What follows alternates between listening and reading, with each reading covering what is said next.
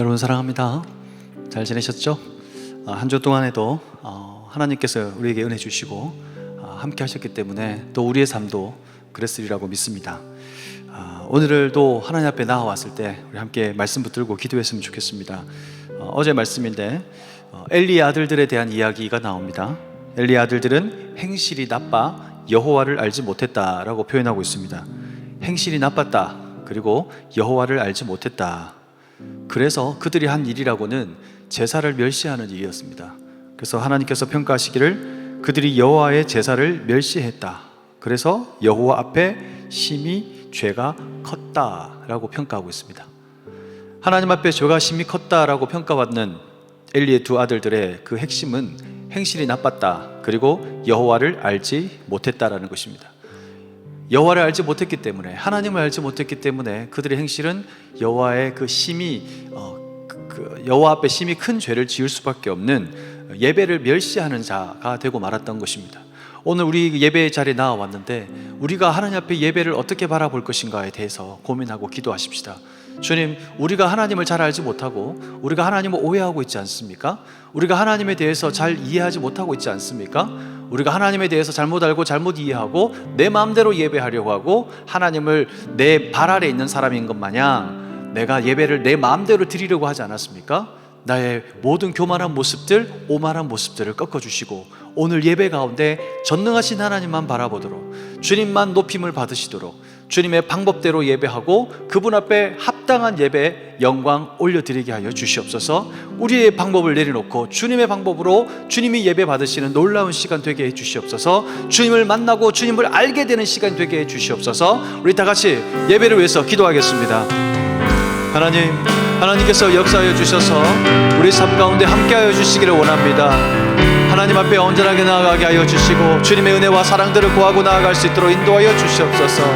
엘리의 두 아들들이 여호와를 알지 못함으로 말미암아 행실이 나빴다라고 평가하고 있고 하나님 앞에서 이 제사를 감당하는 제사장이었음에도 불구하고 그들은 여호와 앞에서 그 제사를 온전하게 드리지 못하는 죄를 범하였습니다. 제사를 무시했습니다. 하나님의 방법들을 무시했습니다. 예배가 예배되지 못하게 하였습니다. 그리하여서 잘못된 방법으로 예배하게 만들었고 사람들로 하여금 예배하게 집중하지 못하게 했으며 하나님 앞에 나아가지 못하도록 방해하는 사람이 되고 말았습니다. 하나님, 여호와 앞에 죄가 심히 크다라고 평가받을 수밖에 없었던 그들의 잘못과 그들의 허물과 그들의 죄를 생각해 봅니다.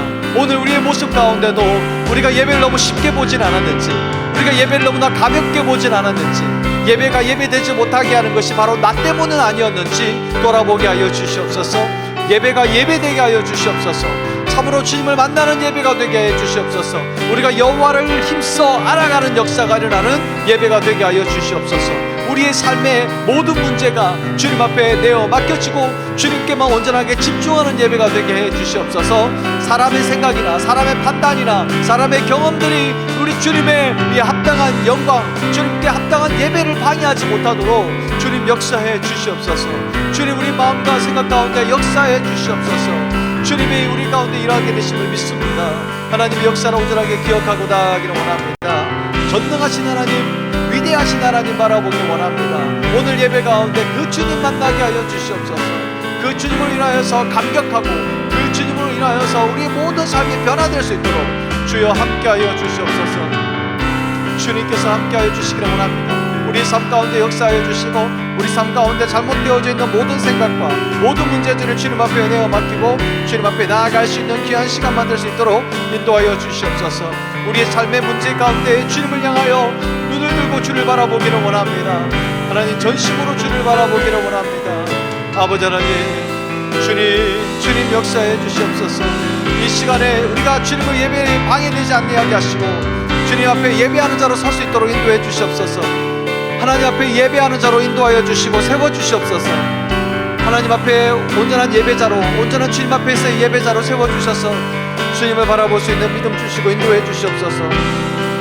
하나님이여, 오늘 이 시간에 주님 앞에 합당한 예배자로서 부끄러움 없도록 설 수 있게 해주시고 그 주님을 인하여서 감사하고 감격하는 귀한 시간 만들 수 있도록 이 예배의 시간들을 붙들어 주시고 함께하여 주시옵소서. 전능하신 하나님 인도하여 주시옵소서. 주님께서 함께 해주시옵소서.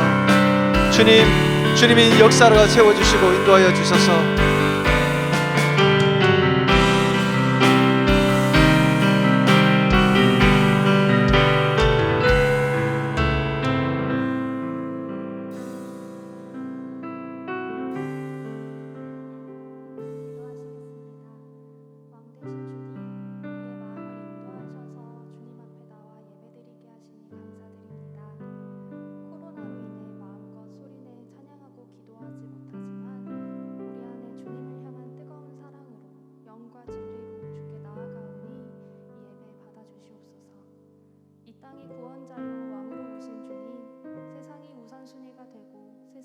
즐거움에 빠져 죄를 반복하는 우리 모습을 회개합니다.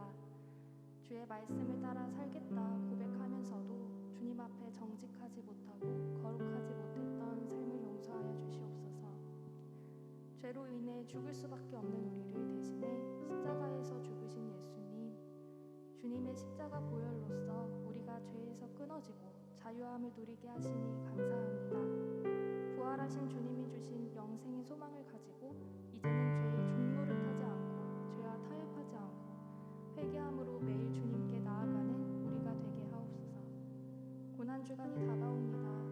허락해 주신 한 주 살아갈 때 십자가에 달리기까지 겪으신 예수님 고난을 기억하며 우리도 우리의 십자가를 지고 주를 섬기게 하옵소서. 예배를 섬기는 찬양팀과 임원 그리고 곳곳에서 헌신하는 수많은 이들에게 함께 하시고 주님의 은혜를 풍성히 허락하여 주시옵소서. 또 리더장과 리더, 사역팀과 셀로 수고하고 함께하는 주의 자녀들과 주님의 사랑이 가득한 공동체 이루게 하옵소서. 보내주신 새 가족 주님을 만나고 주님의 사랑으로 한 몸 이루는 공동체 되길 원하오니 우리 엘림과 예당 공동체가 사랑의 말을 아끼지 않도록 인도하여 주옵소서. 말씀 선포하실 이상호 목사님 위해 기도합니다. 늘 영적으로 깨어있게 하시고 성령 충만함으로 영육간을 강건하게 인도하옵소서. 목사님의 가정의 모든 필요를 아시고 채우시며 예수님의 사랑과 은혜가 흘러넘치는 가정 되게 하옵소서. 말씀 듣는 우리에게도 함께 하셔서 다른 생각이 틈타지 않게 하시고 영적으로 깨어있고 영이 회복되는 은혜가 있게 하옵소서. 주께 영광 올려드리며 살아계신 예수님의 이름으로 기도드립니다.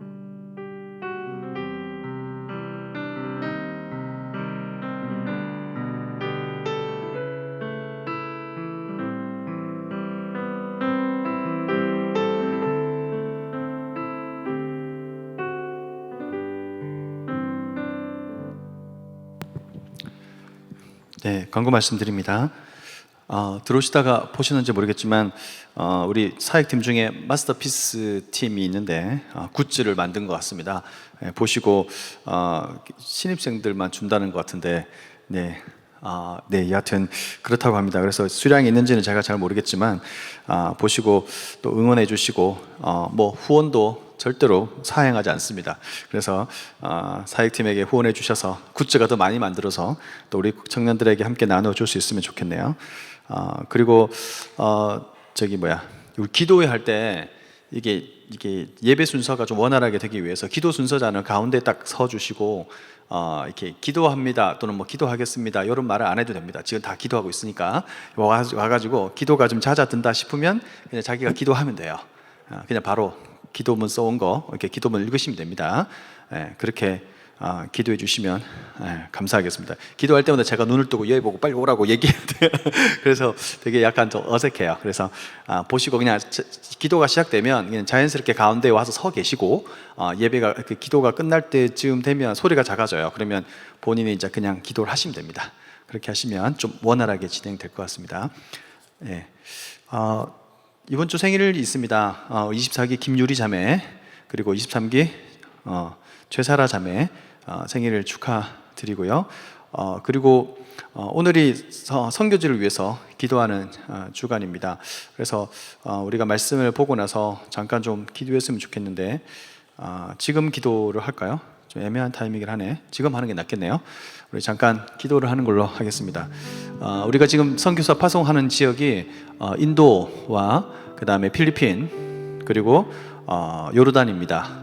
우리 매일 밤마다 이 세 지역을 놓고 계속 기도하고 있고, 또 열방을 붙들고 하루씩 나라가 바뀌어가면서, 또 어떤 나라는 좀 길게 기도하기도 하고 또 어떤 나라는 짧게 기도하게 하면서 전 세계에 있는 나라들과 민족들을 위해서 기도하고 있습니다.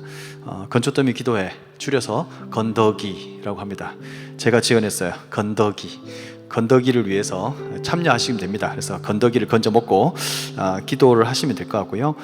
우리 특별하게 파송되어 있는 우리 이강우 선교사님 있는 인도에도 놀라운 변화가 점점 일어나고 있습니다. 그리고 필리핀에도 사역을 열심히 하고 계시고, 또 우리 요르단에도 우리 최수망 선교사님 또 계신 지역을 위해서 우리가 다 같이 기도했으면 좋겠습니다. 우리 생일 당하신 두 분과 우리 선교주를 위해서 잠시 한번 기도하겠습니다. 하나님께서 함께하여 주시고, 또 우리가 하나님 앞에 온전하게 나아갈 수 있도록 우리 사랑하는 공동체 지체들 한 사람 한 사람 붙들어 주심을 감사합니다. 하나님, 그 은혜와 사랑들을 체험하게 하여 주시고, 우리 각자의 심령 가운데 역사해 주셔서 주님, 사랑하는 지체들 한 사람 한 사람 이 땅에 보내신 하나님의 뜻과 소망을 깨닫고 더 가까이 나아갈 수 있는 귀한 시간 될 수 있도록 인도해 주시옵소서.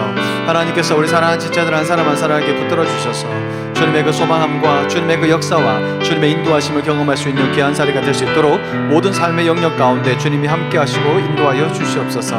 하나님께서 특별하게 우리 또 이 땅에 보내신 하나님의 사람들을 생각하며 또 기도하기를 원합니다. 하나님께서 우리 보내주신 사람들, 하나님의 사람들을 생각하고 또 기도할 때에 또 선교사님을 위해서 기도하기를 원합니다. 우리에게 보내주신 인도와 필리핀과 요르단 하나님 앞에 올려드리며 기도하기를 원합니다.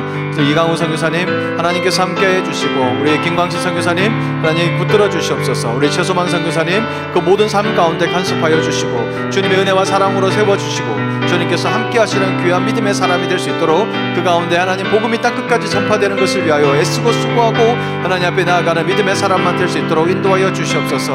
하나님, 민족과 열방을 향한 하나님의 놀라운 소망함들과 주님을 향한 뜨거운 열정들이 불타오르게 하여 주시고, 우리가 무엇을 해야 할지 어떻게 살아야 할지 주님 말씀하여 주시는 것 들을 수 있는 귀가 열릴 수 있도록 주여 함께하여 주시옵소서.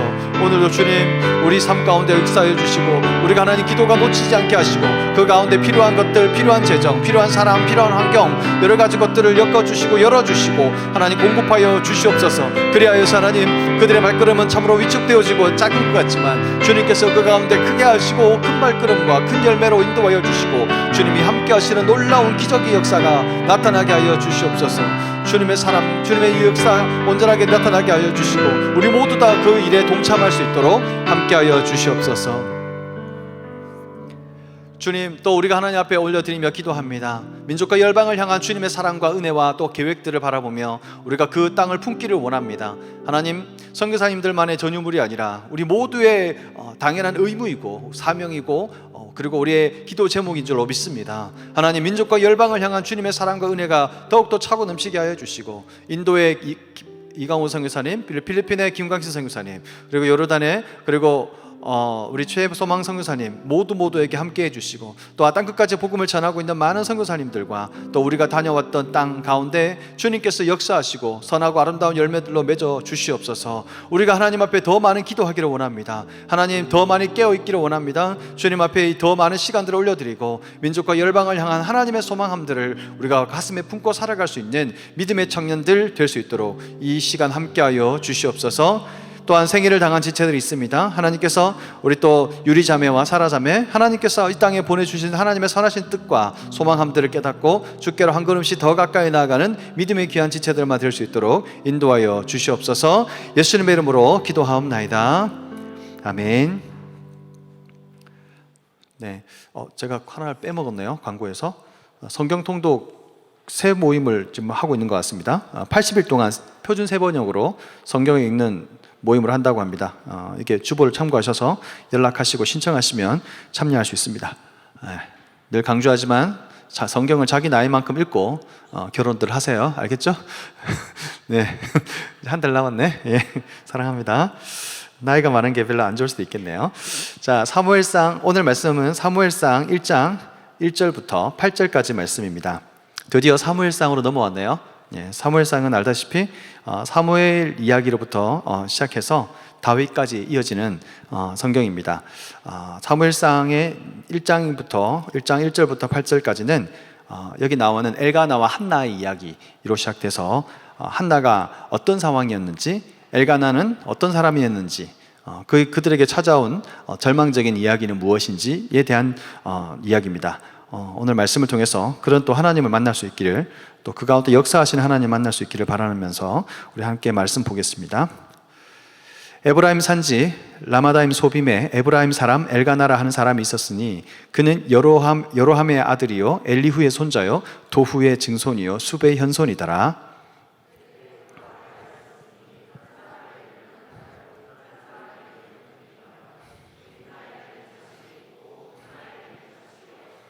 이 사람이 매년 자기 성읍에서 나와서 실로에 올라가서 만군의 여호와께 예배하며 제사를 드렸는데 엘리의 두 아들 홈니와 비느하스가 여호와의 제사장으로 거기에 있었더라.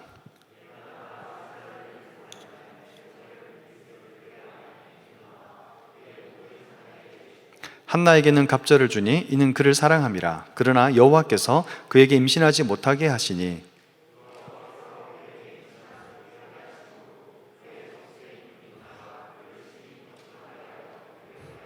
매년 한나가 여호와의 집에 올라갈 때마다 남편이 그같이 하매 브닛나가 그를 격분시키므로 그가 울고 먹지 아니하니 그의 남편 엘가나가 그에게 이르되 한나여 어찌하여 울며 어찌하여 먹지 아니하며 어찌하여 그대의 마음이 슬프냐 내가 그대에게 10 아들보다 낫지 아니하냐 하니라. 아멘.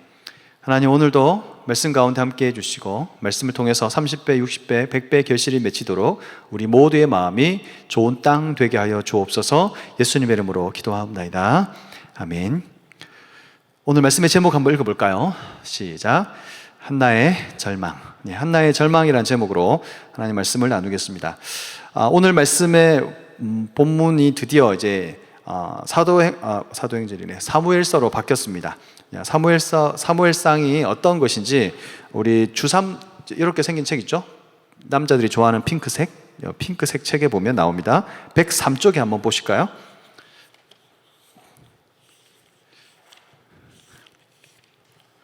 자, 103쪽. 여러분 믿지 않겠지만 제가 옛날에 핑크를 많이 입고 다녔습니다. 안경테도 아무도 믿지 않는데 제가 옛날에 그랬답니다. 자, 사무엘상을 묵상하기 전에 나와있죠? 103쪽에 보면 나와요. 이거 없으신 분들은 받아서 리더들한테 얘기해서 꼭 가져가시고 구입하시면 좋겠습니다.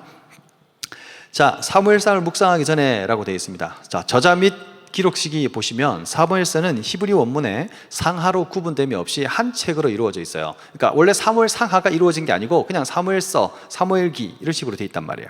그러니까 그게 사무엘이라고 하는 그게 딱 정해져 있었는데 이게 사무엘이 혼자 기록을 했을 수가 없어요. 왜냐하면 사무엘이 태어나기도 전에 기록도 남아있고 그 다음에 사무엘이 죽고 난 이후의 기록도 있거든요. 그래서 아마 대체적으로 사무엘상 정도가 아마 사무엘이 기록했을 거고 사무엘 하는 또 그 뒤에 있는 게 있죠. 중간에 보시면 선견자 사무엘의 글 또는 선지자 나단의 글, 선견자 갓의 글을 토대로 만들어졌다라고 이제 생각한다는 거예요. 자, 그렇게 이해하시면 될 것 같고 하나님께서 이 사무엘서를 이제 허락하신 이유는 이스라엘 왕이 어떻게 세워졌는가, 맨 밑에 줄에요. 이스라엘 왕이 어떻게 세워졌는가, 어떤 상황에서 세워졌고, 그리고 그 세워진 왕은 하나님 앞에서 어떻게 나라를 통치해야 되는지에 대한 설명들이 나와 있다라는 거예요. 그래서 하나님과의 그 언약을 잘 지킨 다윗 왕은 나라가 견고하게 세워졌고, 하나님께 불순종한 사울 왕은 하나님의 심판을 받아 몰락했다. 그래서 후대의 왕들은 어떻게 살아야 되는지, 다윗의 길에 접어들 건지 사울의 길에 접어들 건지 이렇게 안내서가 되는 그런 장면이다라는 거죠. 그래서 주의 내용을 보면 1장부터 7장까지는 사무엘에 대한 이야기가 중심적으로 나와 있고 8장부터 14장까지는 사울에 대한 이야기가 주로 나와 있고 15장부터 드디어 이제 다윗이라는 사람이 등장하기 시작합니다. 그래서 끝까지 다윗이 중심적인 인물이 되어서 끝까지 진행되는 것을 볼 수가 있습니다. 거기까지가 이제 사무엘서의 전반적인 개략적인 내용이라고 할 수가 있습니다. 사무엘을 자세히 보시면 그냥 사무엘이 아니라 사무엘 앞에 어떤 시대가 있었죠? 역사적으로 보면, 시대순으로 보면 사무엘서는 어떤 시대 그 연장선에 있는 거죠? 어떤 연장선에 있는 거죠? 다 대답했죠? 대답했는데 안 들렸을 뿐이죠. 예, 감사해요. 사사기라고 제가 얘기했던 것 같은데 제대로 말씀하신 거 맞죠? 예, 사사기 다음에 룻기, 사무엘상이잖아요. 룻기는 뭐 그죠? 기드온 시대 뭐 이렇게 사람들 얘기하잖아요. 그러니까 다 사사 시대잖아요. 또 사무엘도 사사라고 불리기도 하거든요. 그러니까 이렇게 사사의 연속이잖아요. 계속. 그러니까 사사 시대예요, 결국. 우리가 사사 시대 생각하면 떠오르는 문장이 있을 텐데 한번 찾아볼까요? 사사기 21장입니다. 사사기 21장. 룻기 바로 앞에 있어요. 사무엘상 바로 앞에 룻기고 룻기 바로 앞에 사사기가 있어요. 21장 25절 읽어볼까요? 21장 25절 아직도 찾고 있어. 시작. 그때 이스라엘의 왕이 없으므로 사람이 각기 자기의 소견에 오른 대로 행하였더라. 아멘. 그때 이스라엘에 뭐가 없었어요? 왕이 없었기 때문에, 왕이 없었기 때문에 사람마다 자기 소견에 오른 대로 행했다라고 표현하고 있습니다. 자기 소견, 자기 생각대로, 자기 마음대로 살았다 이 말이에요. 자기 마음대로 생각하고 자기 마음대로 판단하고 자기 마음대로 행동했다. 그래서 자기 소견에 오른 대로 행했다라고 얘기하고 있어요. 그러니까 어떻게 알 수 있냐라고 하면 엘가나라고 하는 사람이 나오는데, 이 엘가나라는 사람은 여기 나와 있지 않지만 어떻게 나와 있어요? 엘가나는 여로함의 아들이요 엘리우의 손자요 도우의 증손이요 숲의 현손이더라. 도대체 뭔 말인지 모르겠잖아요. 근데 족보를 자세히 훑어서 쭉 올라가다 보면 이 사람은 결국 레위인이었다는 걸 알 수 있습니다. 레위인인데 이 사람이 아내를 2명이나 둬요. 별로 좋지 않은 거죠.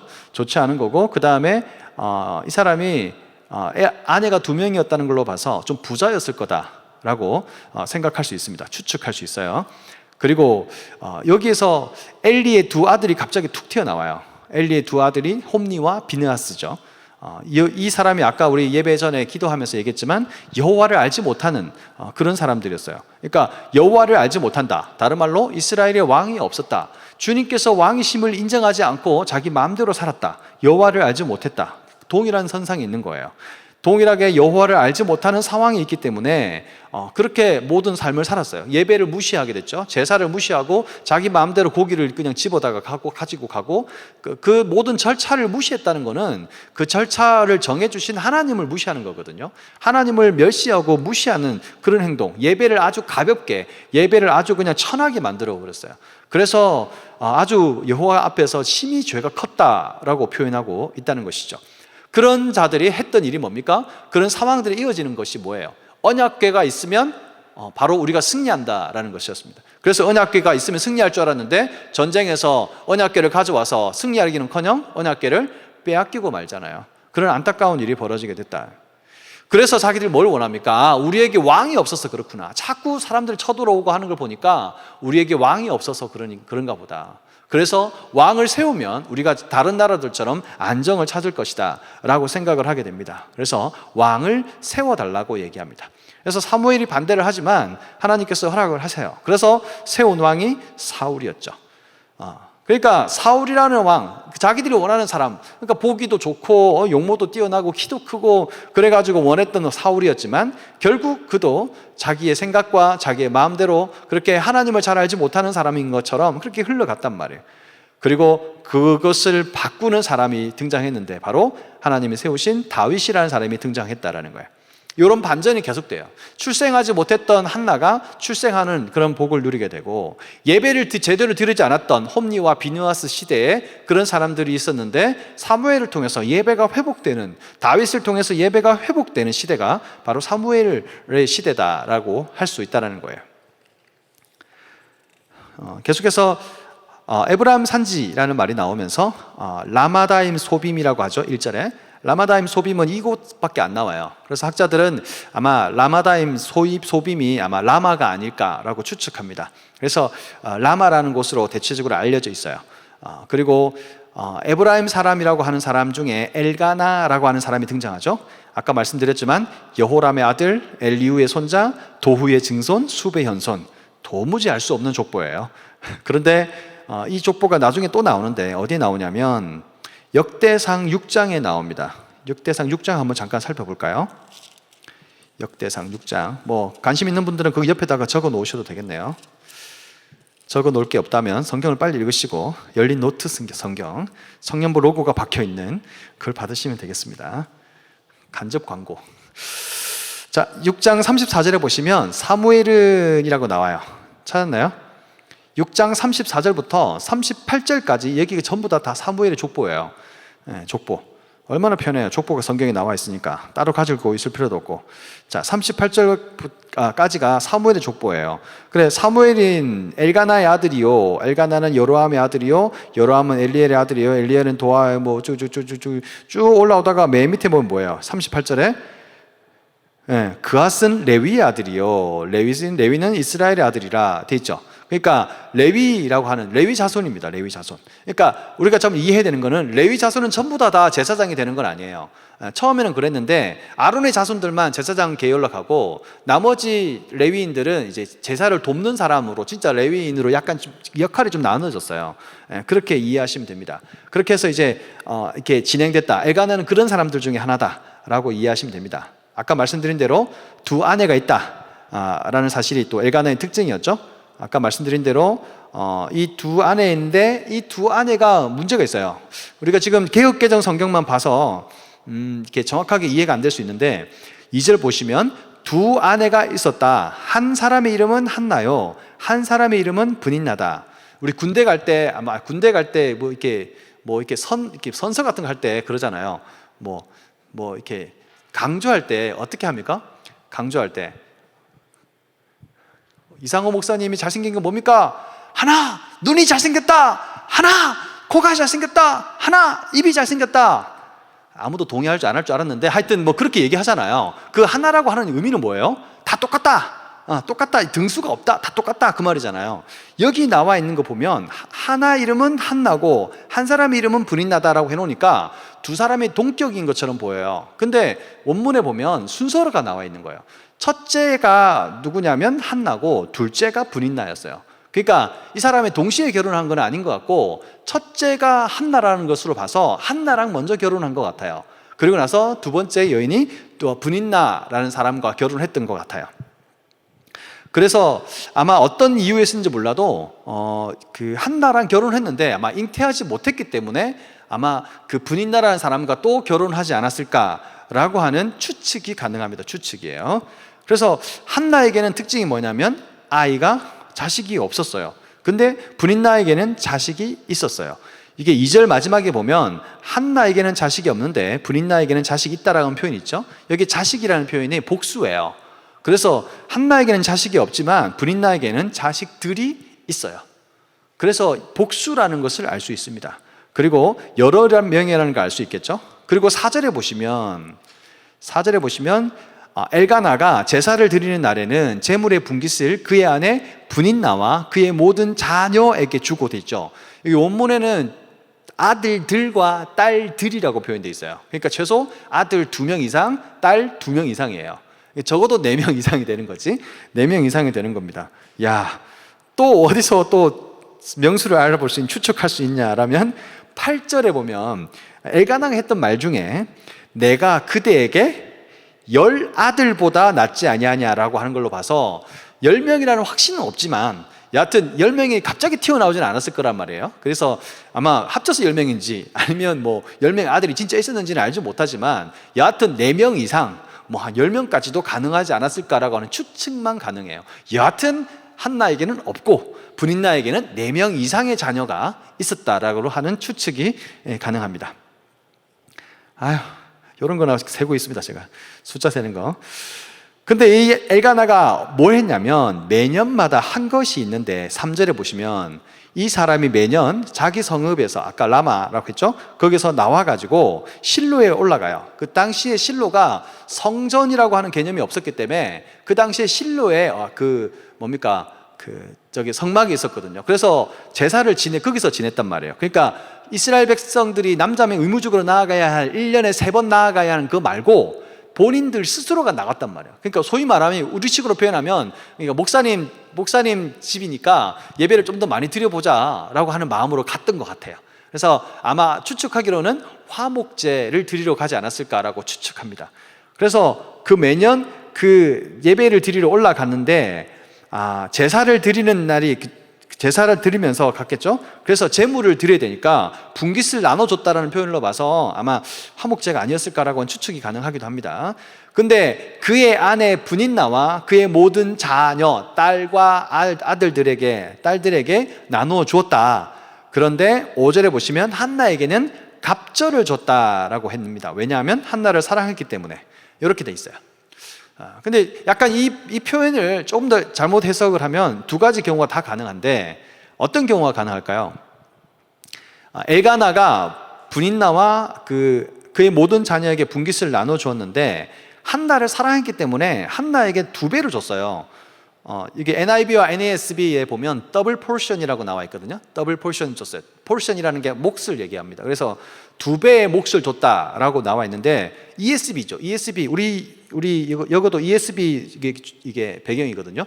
ESB에도 더블 포션이라고 나와요. 근데 킹 제임스 버전에는 보면 worse 포션이라고 나옵니다. 그만큼 가치 있는데 뭘 가치 있냐면 하나의 가치를 줬단 말이에요. 그게 무슨 말이냐면 이게 2배라는 말이 원문에 안 나와요. 그러니까 2배라는 말이 나오기 전에 숫자가 1이라는 숫자가 나와요. 1이 나오고 그 다음에 우리가 알 수 없는 단어 하나가 나오고 몫이라는 단어가 나와요. 이 알 수 없는 단어의 뜻이 뭐냐면 얼굴, 뭐 이런 분위기, 얼굴, 코 뭐 이런 거거든요. 그래서 보통은 한 몫을 얘기할 때 이걸 쓴단 말이에요. 그러니까 어떤 의미냐면 이 뭡니까?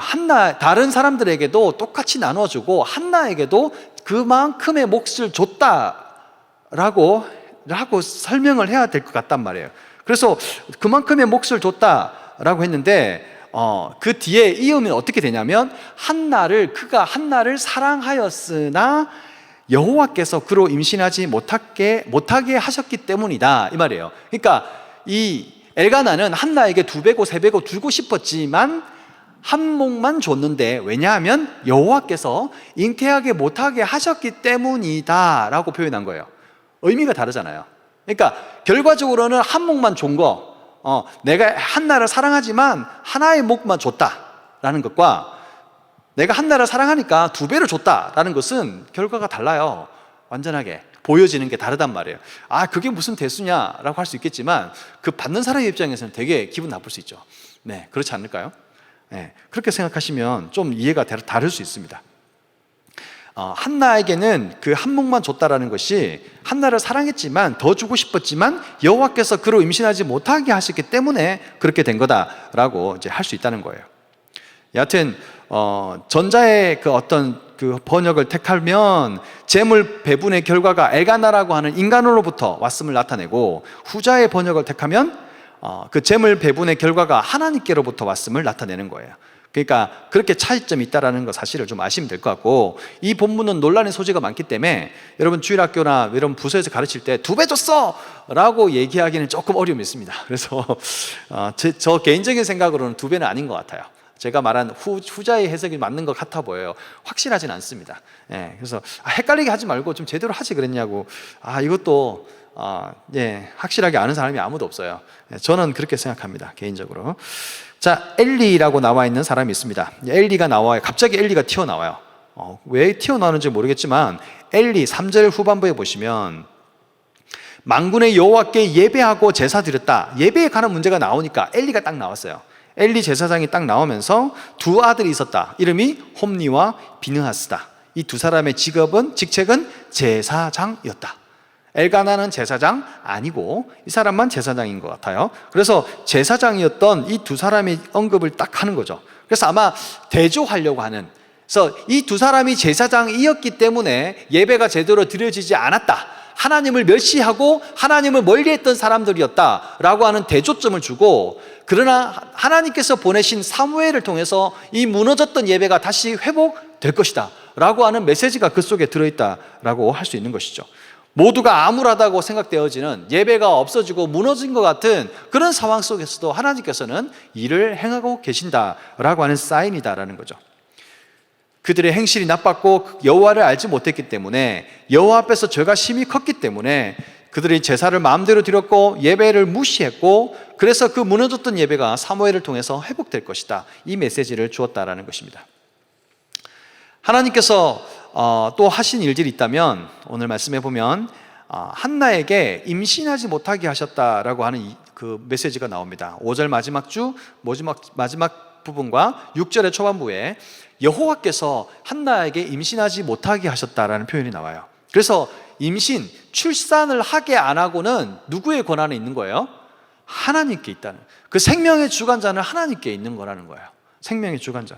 예를 들면 뭐 4자녀가 5자녀가 되는 것도 누구의 권세 아래 있는 거예요? 하나님의 권세 아래 있는 거예요. 귀 있는 자는 이상호 목사가 니들한테 하는 얘기를 들을지어다, 뭐 이런 거 있잖아요. 별로 감동이 없어. 무슨 말인지 몰라. 이게 사람들이 어찌할 거야. 이래가지고 참 어떻게 해야 될지 모르겠네. 여보, 어떻게 해야 돼? 말을 해야 돼요? 사람들이 못 알아들어요. 네, 그래요. 어젯밤에 건초더미 기도회 건더기를 하고 있는데, 여러분, 엘담 청년 공동체 여러분 사랑합니다 이러면서 하고 있는데 옆에서 우와 하고 있더라고요. 그래서 기도회가 중단됐습니다. 기도회 알아서 하라고 그러고, 어제 기도회 잘해줘서 감사해요. 우리 꾸준히 해줘서 감사하고, 원하고 택한 분, 감사합니다. 그렇게 해서 4자녀가 5자녀가 되는 것도 하나님의 주권 안에 있는 거예요. 그래서 그 하나님의 그 주권에 맡기는 것이죠. 그래서 뭐 어쩔 수 없습니다. 뭐 그렇게 되면 어떡하겠어요.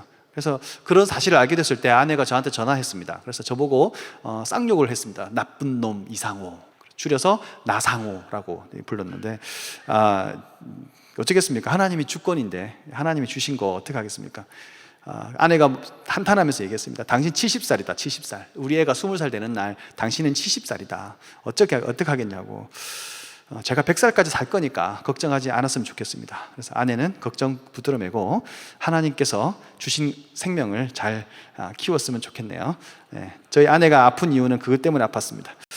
자, 한나에게는, 집중하고, 한나에게는 적수가 있었다. 한나에게는 적수가 있었어요. 어떤 적수였냐면, 오늘 말씀에 보면 한나에게는 적수라는 표현을 썼는데 6절에 보시면 나와요. 6절에 보시면 여호와께서 그에게 임신하지 못하게 하심으로 그의 적수인 분이나라 되죠. 이 적수라는 거 하는 것은 대적이라고도 하기도 하고, 영어로 보면 rival이라고 합니다. rival.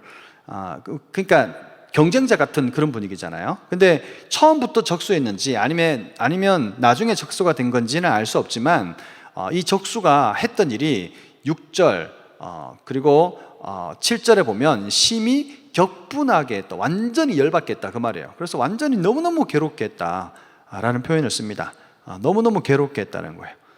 그리고 매년 예배드리 올라갈 때마다 이렇게 남편이 한나를 더 사랑하는 거 이 분인나도 알고 있는 것 같아요. 그래서 분인나가 그때마다 이렇게 한나를 격분시키고 정말로 힘들게 했던 것 같아요. 그래서 한나가 울고 먹지 않았다 라는 뜻입니다. 그래서 너무나 자극을 해가지고 분노를 유발시키면 먹고 싶지 않죠. 우리가 이 이야기는 어디서 들어본 것 같은데, 어디서 들어봤더라? 아브라함과 사레의 이야기죠. 사레가 하나님의 약속을 받았습니다. 아들을 낳을 거라는 약속을 받았는데도 믿지 못하고 의심하면서 하갈을 데려오죠. 하갈을 데리고 와서 하갈과 동침을 하게 합니다. 그래서 아이를 봅니다. 그러니까 하갈이 처음에는 종이었다가 자기 주인이 잉태하지 못한다는 것을 알고 자기 주인을 멸시하고 이렇게 가볍게 여기는 장면이 등장합니다. 그 장면 때문에 힘들어지죠. 또 뭡니까? 이삭과 리브가에서 이삭이 리브가를 위해서 기도했는데, 창세기 25장 21절에 보면 이삭이 그의 아내가 임신하지 못함으로 그를 위하여 여호와께 간구했다. 그리고 여호와께서 그의 간구를 들으셨으므로 그의 아내가 임신했다라는 표현을 씁니다. 그러니까 하나님께서 이 모든 임신 과정 가운데 관여하셨다라는 거예요. 그리고 야곱 때 똑같습니다. 레아와 라헬이 있었죠.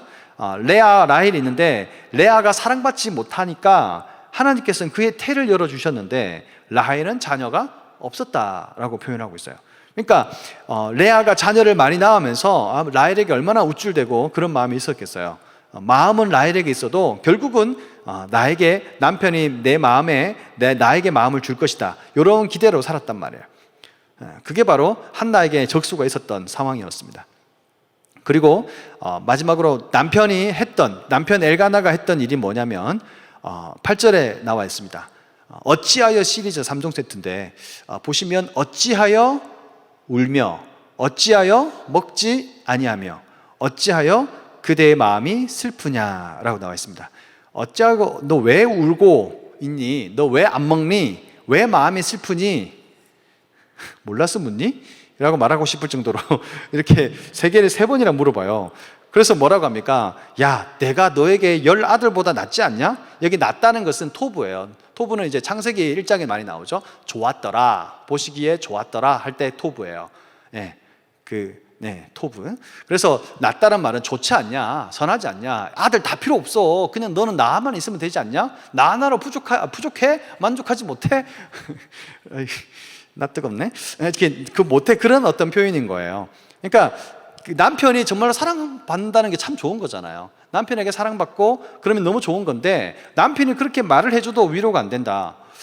세상에 가장 위로가 필요한 사람인 것 같아서 위로를 해주었는데, 그 위로가 되지 못할 때 뭐 하게 될까요? 절망하게 됩니다. 위로가 위로되지 못할 때 절망을 하게 되는 거죠.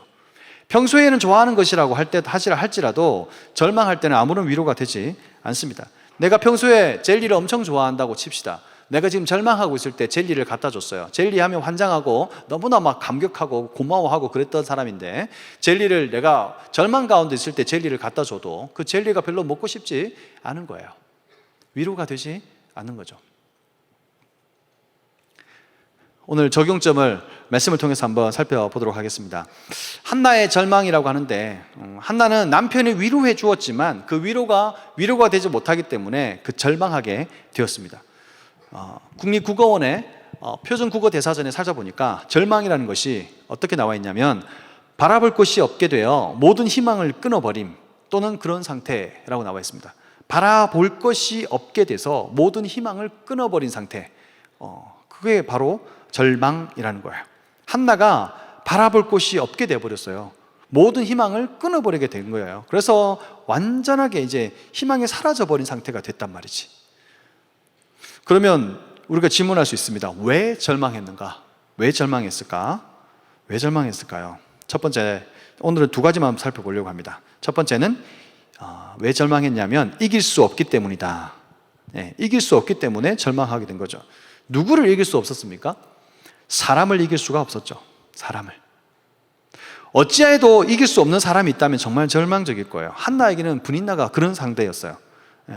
사람을 이긴다는 표현은 뭐 여러 가지 있을 수 있잖아요. 능력이든지 뭐 어떤 자원이든지 지식이든지 뭐 경험이든지 뭘 내가 가지고 있는 여러 가지 걸 다 동원해 가지고 그렇게 그 사람들이 이제 내가 너보다 더 높은 점수를 갖고 있거나 더 많이 알아 이렇게 말을 하면서 뭐 이긴다는 표현을 줄 수 있는데, 내가 뭐 어떻게 동원해도 그 사람을 이길 수가 없는 상황이 되면 충격을 받을 것 같아요. 충격을 받고 나고 그 충격을 한 번이면 족한데 계속 충격을 받으면 나는 저 사람을 절대로 이길 수가 없구나 라고 하는 마음이 생기고 인정을 하게 돼버린 거예요. 그냥 완전히 이제 그런 어떤 상황이 그대로 받아들여지게 돼서 완전히 절망하는 것이 일상화가 되는 그런 현상이 된다라는 것이죠. 제가 중학교 때 공부를 제가 좀 잘했거든요. 안 믿겠지만 잘했어요. 근데 제가 1등을 한 번도 못했어요. 왜 그랬냐면 그 한 놈 때문에 1등을 못했는데, 그 친구는 전교 1등 하는 애였거든요. 근데 걔는 어떻게 공부하냐면 다리를 꼬고 공부해요. 이 중학교, 다리를 꼬고 공부해요. 그리고 모든 책을요, 그 당시에 달력이었잖아요. 달력을 뜯어가지고요, 모든 책을 다 달력으로 싸가지고 하얗게 만들고요. 그 다음에 책을요, 절대로 이렇게 하지 않아요. 책을 이렇게 봐요. 항상 이렇게 책을 봐요. 이렇게 한 손에 책을 올려놓고 이렇게 봐요. 다리를 꼬고 이렇게. 그거 과목은 수학도 그렇게 해요. 수학도. 정말 짜증나지 않아요? 그리고 걔는 항상 제일 앞에 안 앉아요. 제일 뒤에 앉아요. 제일 앞은 누가 앉았을까요? 저가 앉았어요. 제일 앞에 저가 앉아가 저는 모든 걸 다 적어요. 다 적고 질문하고 적고 발표하고. 그래서 우리 반 애들 전부 다 내가 공부 잘하는 줄 다 알아요. 그런데 숨은 고수가 있었으니 저 맨 뒤에 앉아있는 애가 숨은 고수였던 거예요. 와, 진짜 걔를 한 번도 이겨본 적이 없어요. 완전 좌절이 되더라고요. 그리고 모든 과목을 다 이렇게 보고 이렇게 다리를 꼬고 공부하는데, 걔는 항상 우리 반 1등이 아니에요. 전교 1등이에요. 우리 반이 13반까지인가 있었는데 한 반에 한 50명 넘게 있었던 것 같은데, 하여튼 그렇게 많은 아이들 중에 그렇게 걔가 공부를 그렇게 했었던 것 같아요. 그래서 공부를 하다가 나중에는 포기했어요. 쟤는 내가 절대로 못 이기는 애구나. 포기를 했던 것 같아요. 도저히 이길 수가 없어요. 그래서 제가 참 걔가 유명한 인물이 됐나 해서 제가 네이버에 검색을 해봤거든요. 안 나오더라고요. 잘 모르겠습니다. 어떻게 삶을 살고 있는지 모르겠는데 여하튼 저에게도 그런 경험이 있는 것 같아요. 여러분도 혹시 그런 경험은 없나요? 한나에게는 분인나가 그런 상대였다는 거예요. 자신의 외모나 뭐 지식이나 경험이나 뭐 이런 거 있잖아요. 뭐 학위나 이런 거는 뭐 열심히 해가지고 학위를 따고 뭐 이렇게 하거나 뭐 경험을 하면 먹어봤니 안 먹어봤니 이 정도면 할 수 있겠는데, 이거는 애 낳는 문제잖아요. 이건 내가 뭐 어떻게 노력한다고 되는 것도 아니고, 이게 애가 나오고 안 나오고는 나에게 달려 있는 게 아니잖아요. 그러니까 이 한나는 너무나 마음이 힘들어져 버린 거죠. 도무지 이길 수 없는 상황이 돼버린 거예요. 그러니까 절망할 수밖에 없겠죠. 그래서 무엇을 이길 수 없을까? 사람을 이길 수 없는데 무엇을 또 이길 수 없는지 또 하나 더 등장해요. 뭘 이길 수 없냐면 환경을 이길 수 없다라는 거예요. 환경. 한나는 첫 번째 부인이잖아요. 아브라함의 아내 사레와 같은 입장, 또는 그 레아와 라헬 같은, 그래서 그런 입장이었을 거다라는 생각이 들어요. 처음에는 자기를 사랑해 주니까 본인한테 유리한 게임이라고 생각했을 수도 있어요. 근데 두 번째, 내가 아이를 임신하지 못하니까 두 번째 부인이 나오고, 두 번째 부인이 아들 2명 이상, 딸 2명 이상을 그렇게 낳아버리고 나니까 분위기가 완전하게 달라진 거예요. 그래서 이제 내가 가지고 있는 것들로는 뭔가 환경으로는 뭔가 바꿀 수 없는 상황이 된 거죠. 그런 상황들이 펼쳐지게 된 거고, 그런 사고방식들이 고착화 된 거예요. 그러니까 그 당시에는 애를 낳으면 하나님의 축복을 받은 거고, 애를 못 낳으면 하나님의 저주를 받은 거다라고 하는 사고방식, 사람들이 편견, 사람들이 가지고 있는 환경들이 그렇게 자기를 둘러싸고 있었기 때문에 이걸 어떻게 극복을 할 수가 없는 거예요. 아이를 낳으면 복받은 사람이고 아이를 못 낳으면 저주받은 사람이라고 하는 패러다임이 있으니까 이거를 깨지 못하면 절대로 이길 수 없는 게임인 거예요. 우리가 이런 상황이 접하지 않습니까? 여러분, 아무리 내가 열심히 살아도 내가 건강하지 않는, 이렇게 병을 이길 수 없다면, 아무리 해도 뭐 병을 고칠 수가 없다면 우리는 절망할 수밖에 없잖아요. 아무리 내가 열심히 공부를 해도, 학업에도 이게 뭡니까? 학점이 안 올라가고 하면 여러분, 우리가 너무나 좌절되고 힘들지 않나요? 아무리 노력해도 취업이 안 되고, 나는 이만큼의 어떤 연봉을 받는 대기업에 딱 취업을 하고 싶었어. 그런데 내가 아무리 노력해도 안 돼가지고 어쩔 수 없이 중소기업에, 연봉도 적은 중소기업에 들어갔는데 정말 안타깝게도 붙어버리네. 그래서 갈지 말지 고민도 되고 그러다가 어쩔 수 없이 가게 되잖아요. 그러니까 내가 어떻게 해도 안 되는 어떤 벽 같은 게 느껴질 때가 있는데, 그때는 좌절이 되고 절망이 된다라는 거예요. 이길 수 없는 상대, 이길 수 없는 환경을 만났을 때 절망할 수밖에 없어요. 누구나 다 그럴 수밖에 없습니다. 그 절망을 이길 수 있는 방법은 뭐겠습니까? 넷째까지 애를 낳다가, 평생 낳다가 이제 내 삶을 즐겨보겠다고 생각했지만 5째가 임신을 해버렸잖아요. 그렇게 되면 절망할 수 있겠죠. 절망할 수 있어요. 남편을 욕할 수도 있고 절망할 수 있어요. 최 원장 듣고 있나? 네. 그래서 그 사람들에게 무슨 희망이 있겠어요? 희망이 없어요. 이길 수 없는 상태예요. 이길 수 없는 환경이라고요. 어떻게 그 환경을 극복해내고 어떻게 그 상대를 이길 수 있겠어요? 도무지 답이 안 나와요. 그런데 이 상황에서 이길 수 있는 방법이 있습니다. 그 방법이 무엇이냐면 바로 이길 수 있는 상대를 바라보지 아니하고 환경, 질 수밖에 없는 환경을 바라보지 아니하고 누구를? 하나님을 바라보는 거예요. 하나님을 바라보면 이 문제 가운데서 해결점을 찾을 수가 있다라는 거예요. 이런 고백이 시편 42편에 나와 있습니다. 시편 42편 말씀 한번 볼까요? 우리 저 뒤에 넘겨보시면 시편 42편 보시면 아주 유명한 시편인데,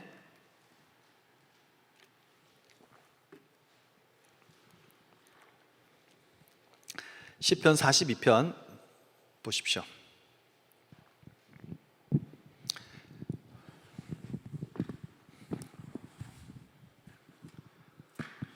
자, 천천히 보십시다. 하나님이여, 사슴이 시냇물을 찾기에 갈급함 같이 내 영혼이 주를 찾기에 갈급합니다. 내 영혼이 주님을 찾기에 갈급합니다. 내 영혼이 하나님 곧 살아계신 하나님을 갈망하나니 내가 어느 때에 나아가서 하나님의 얼굴을 배울까? 사람들이 종일 내게 하는 말이 네 하나님이 어딨냐 하오니 내 눈물이 주야로 내 음식이 되었습니다. 내가 전에 성의를 지키는 무리와 동행하여 기쁨과 감사의 소리를 내며 그들을 하나님의 집으로 인도하였더니 이제 이 일을 기억하고 내 마음이 상합니다. 내가 그렇게 열심히 주의 일을 했다 이 말이에요. 주의 일을 열심히 했는데 나에게 왜 이런 일이 벌어집니까? 나 도대체 너무나 좌절되고 너무나 절망스럽습니다 이 말이에요. 그러니까 뭐라고 말씀하시냐면 5절에 내 영혼아 네가 어찌하여 낙심하며 어찌하여 내 속에서 불안해하는가? 왜 낙심하고 왜 불안해하겠어요? 이길 수 없는 상대니까 불안하고 낙심하지. 너는 하나님께 소망을 두라. 그가 나타나 도우심으로 말미암아 내가 여전히 찬송하리로다. 하나님 앞에 소망을 두면 그가 나타나 도와주실 건데 그 도우심으로 말미암아 내가 하나님을 찬송할 수밖에 없다라고 이야기하고 있는 거예요. 내 하나님이여 내 영혼이 내 속에서 낙심이 되므로 내가 요단 땅과 헤르몬과 미살산에서 주를 기억합니다. 주의 폭포 소리에 깊은 바다가 서로 부르며 주의 모든 파도와 물결이 나를 휩쓸었나이다. 낮에는 여호와께서 그의 인자하심을 베푸시고 밤에는 그의 찬송이 내게에서 생명의 하나님께 기도하리로다.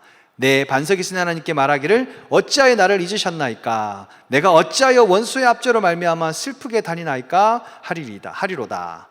내 뼈를 찌르는 칼같이 내 대적이 나를 비방하여 늘 내게 말하기를 네 하나님이 어디 있느냐? 야, 하나님 어디 있냐? 나와봐라 그래. 너 하나님 계시면 너 그렇게 고통을 당하고 힘들겠니? 그렇게 절망 상황 가운데 빠뜨리지 않을 것 같은데? 라고 얘기하는 사람들이 있다라는 거예요. 내 뼈를 찌르는 칼같이 내 대적이 나를 비방하여 늘 내게 말한다. 늘 말한다. 그렇게 계속. 그래서 11절 마지막 마무리를 합니다. 내 영혼아 네가 어찌하여 낙심하며 어찌하여 내 속에서 불안해하는가? 너는 하나님께 소망을 두라. 나는 그가 나타나 도우심으로 말미암아 내 하나님을 여전히 찬송하리로다 라고 말하고 있습니다. 5절과 11절에 동일하게 그렇게 불안해하지 말고 네 속에서 낙심하지 말라고 선포하고 있는 것입니다. 하나님께서 말씀하시는 것이 너가 이길 수 없는 상대라는 거 알고 있다. 너가 이길 수 없는 환경이라는 것도 알고 있다. 낙심하지 말고 불안해하지 마라. 너희가 자꾸 사람을 바라보지 말고 환경을 바라보지 말고 하나님께 소망을 두라. 하나님께 소망을 두면 너에게 도우심으로 나타나실 것이고 너희는 찬송하게 될 것이다 라고 말씀하고 있는 거예요. 우리가 절망 상황 가운데 있더라도 우리 절망을 만드는 사람들을 바라보면 더 절망할 수밖에 없어요. 우리가 절망 가운데 있더라도 우리를 절망하게 만드는 환경을 바라보면 더 절망이 될 수밖에 없어. 왜냐하면 내가 극복할 수 없고 내가 이겨낼 수 없고 내가 그걸 다스릴 수가 없으니까. 내가 이길 수 없는 사람이고 내가 이길 수 없는 환경이고 그런 사고방식이기 때문에 나는 어찌할 수가 없다라고 하면서 자포자기할 수밖에 없는 거예요. 매일 날마다 내 하나님이 어디 있냐라고 말하고 그렇게 나를 조롱하는 원수들과 똑같은 거란 말이죠. 낙심하지 말고 불안해하지 말아라. 당연하다. 불안해하고 낙심해하는 거 당연하다. 그러나 네 속에서 불안해하지 말고 너는 하나님을 바라라. 하나님께 소망을 두고 하나님을 향하여 바라보는 것이 너가 해야 될 일이다. 그렇게 될 때 너를 삶을 도와주시고 너의 삶을 풀어주시고 함께 하시는 주님으로 말미암아 네가 찬송하게 될 것이다 라고 말씀하고 있는 것입니다. 그러면 이런 생각이 들 수 있습니다. 왜 절망했지? 야, 그래, 이제 사람들을 이길 수 있어. 야, 이제 환경도 문제될 것이 없어. 하나님만 바라보면 돼. 아멘. 나는 승리하리라. 나는 승리한다. 신난다 라고 얘기할 수 있겠죠. 예, 그렇게 끝나면 얼마나 좋겠습니까? 그런데 또 다른 문제가 있어요. 하나님만 바라보면 된다고 생각했는데 아무리 하나님을 바라보려고 해도 하나님을 바라볼 수 없는 경우가 생깁니다. 그래서 또 절망하죠. 절망할 수밖에 없는 게 왜 그렇습니까? 두 번째, 바라볼 수 없기 때문에 그래요. 이길 수 없을 뿐만 아니라 바라볼 수가 없어. 누구를요? 하나님을 하나님 바라보라며. 그래, 보겠다고, 보라마. 보겠다고 하잖아요. 그래서 바라볼 수밖에 없다고, 바라본다고 했는데 바라볼 수 없게 만드는 건 또 뭐야? 그건 뭐죠? 하나님을 바라볼 수 없게 되는 건 어떤 일이라는 거예요? 여호와가 나의 힘이고 나의 도움이 된다. 환난 날에 큰 도움이 되셔야 되는데 환난 날에 도움이 안 돼. 야, 그런 상황이면 정말 좌절하겠죠. 그런 상황을 겪게 되면 어떻게 합니까? 주위에서 기도하라고 하죠. 주위에서 또 뭐라고 그래요? 말씀을 보라고 그래요. 또 주위에서 뭐라고 그래요? 예배를 드려보라고 그래요. 또 주위에서 뭐라고 그래요? 네가 좀 뭔가 섬겨봐. 섬겨보면 뭔가 좀 될 거야 라고 하는 이야기를 할 수 있습니다. 뭐 기도할 수 있죠. 말씀 볼 수도 있고, 뭐 예배 볼 수도 있고, 뭐 주일에만 예배 드리는 것이 아니라 날마다 예배 드려 보려고 애를 쓸 수도 있습니다. 그런데 그렇게 섬겨 보려고 애를 써보는데 해결이 안 돼요. 누가 기도해야 되는지 몰라요. 기도했는데 안 돼. 누가 말씀 봐야 되는지 몰라요. 말씀 봤어. 말씀 봤는데도 안 된단 말이죠. 예배를 드리거나 섬겨보아도 뭐 해결이 안 되는 거예요. 사람에 대한 문제라면 하나님께 기도하면 해결되겠는데, 하나님께 기도했는데 하나님을 바라보는데 하나님이 지금 문 닫고 있는 것처럼 느껴진단 말이에요. 하나님이 너무 멀리 있는 것처럼, 내 안에 계신다고 하셨고 나와 함께 계신다고 하셨던 하나님이 너무 멀리 계신 것처럼 느껴진단 말이에요. 하나님이 바로 고통의 원인이라면, 절망의 원인이라면 해결 방법이 없는 거잖아요. 하나님이 도움이시고 피난처신데 그 하나님을 바라볼 수 없다? 그 하나님께 바라볼 수 없다면 그 하나님께 기도할 수도 없는 거고, 그 하나님의 말씀이 귀에 들어오겠어요? 안 들어오는 거죠. 뭐 기도하면 다 된다고요? 뭐 기도할 수 있는데 왜 걱정하십니까? 그렇게 가볍게 말하지 마십시오. 누구는 기도하면 되는지 모르나? 기도했는데 왜 이런 고통이 안 없어지고 계속되는데, 기도했는데 왜 이런 몸이 연약함이 계속되고, 왜 기도했는데 상황은 도저히 바뀌어지지 않고, 기도했는데 내 삶은 전혀 나아지지 않는가? 하나님은 코로나 상황 가운데 무슨 일을 하시고 어디에 계시는가? 전 세계가 지금 2년 동안 꼼짝도 못하고 지금 갇혀 있는 것 같고, 아무것도 못하고 있는 것 같고, 그로 말미암아 얼마나 많은 사람이 고통당하고 있는데 하나님께서는 뭘 하고 계시는 건가? 라고 하는 마음이 들기도 하잖아요. 그뿐만 아니라 우리가 가지고 있었던, 평소에 가지고 있었던 수많은 불만들을 다 토로하는 거예요. 하나님 이런 분이시고 저런 분이시다, 아멘 아멘 했는데 하나님 이런 분이십니다, 진짜요?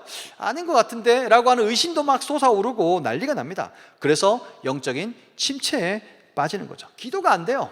말씀 봐도 말씀 뭐 보이지도 않고, 예배 드려도 예배의 감격이 없고 사라져버리고, 아무것도 나에게 남는 게 없는 것처럼 보여요. 완전하게 깜깜한 흑암 속을 헤매는 것처럼, 그렇게 완전히 영적인 난국에 빠져들게 되는 것입니다. 영적인 침체에 빠지는 거죠. 제가 대학 다닐 때 어떤 우리 교회에 아는 형이 영적 침체에 빠졌다면서 그 극복하리라고 책을 한 권 샀습니다. 그 책 이름이 로이드 존스의 영적 침체였어요. 그 책을 읽고 나서 우리 그 아는 형, 그 형이 회장이었는데, 그 형이 영적 침체에 빠져나왔을까요? 아니면 더 깊은 영적 침체에 빠졌을까요? 예, 우리가 알고 있는 결론입니다. 왜냐하면 책이 너무 두꺼웠거든요. 영적 침체라는 책을 보면서 우리 로이드 존스 형님이 또 얼마나 책을 쉽게 쓰지는 않잖아요. 책을 보아도 글자인데 이게 무슨 뜻인지 이해가 안 되는 거지. 대학생이 봐서 무슨 뜻인지 어떻게 알았겠어요? 더 깊은 영적 침체에 빠지게 된 거지. 이런 상황이면 여러분 어떻게 해야 되겠어요? 정말 힘들지 않겠어요? 절망이 당연하지 않겠습니까? 이런 상황일 때 어떻게 되겠냐고요. 우리가 지금 뭔가 기도했다고 하면 뭔가 이루어질 거라고 말은 하지만, 실제로 우리 마음에도 기도했다고 이루어진다고 확실하게 알고 있어요? 그렇게 다들 그게 자연스러워요? 우리가 지금 기도에 얼마나 많이 했습니까? 기도를 100개, 1000개, 10,000개, 10만 개, 뭐 1000만 개 했을지도 몰라요. 그 수많은 기도가 응답됐다라고 확신할 수 있습니까? 응답이란 표현은 내가 원하는 대로 얘기하겠죠? 아니잖아요. 그러면 여기서 문제가 생기는 거야. 내가 기도하고 내가 바랐던 모든 것들이 이루어지지 않는 것들 때문에 우리는 지금 절망하고 상처받는 건지도 몰라요. 그래서 절망의 상태일 때 기도라는 것을 붙잡을 수가 없어. 왜냐하면 기도가 안 돼. 기도해도 기도 응답이 안 될 것처럼 느껴지니까 안 하고 싶어. 그런 마음이 있는 거잖아요.